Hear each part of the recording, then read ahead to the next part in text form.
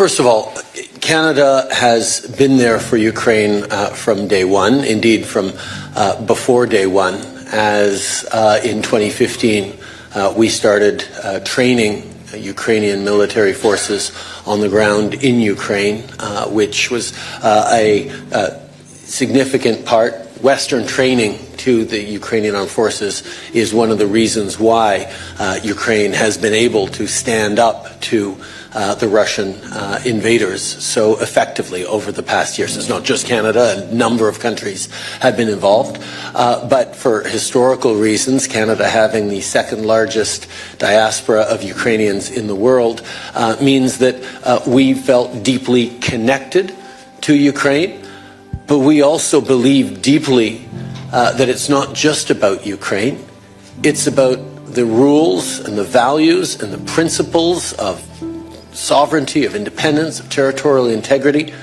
that protects every country in the world.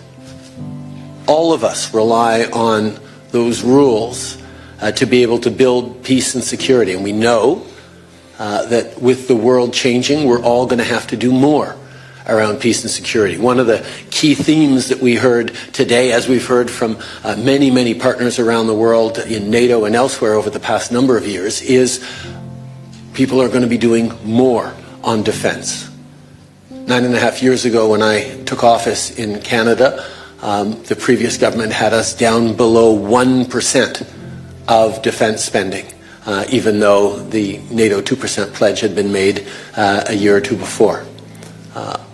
In the subsequent time, we have more than tripled defense spending on the path to 2030, and we're on our way to 2%. And we know we're going to have to continue to do more and more in an uncertain world, and Canada will be there. As to how we will be there, we will work with our neighbors on it, but everything is on the table because we need to make sure that might no longer makes right in this world. That's what has led to 80 years of incredible stability and prosperity, not just in Europe, but around the world, because of the institutions we built out of the ashes of World War II. And standing up for those institutions is in the best interest of every single one of us. Now, as a collection of different nations, we will have different perspectives from time to time on the best way forward, and those will be worked out in forums like this or at the G7 forum or elsewhere. But we are united in our values, we are united in wanting to see peace and fairness and prosperity for all our citizens, and that's what continues to drive us forward.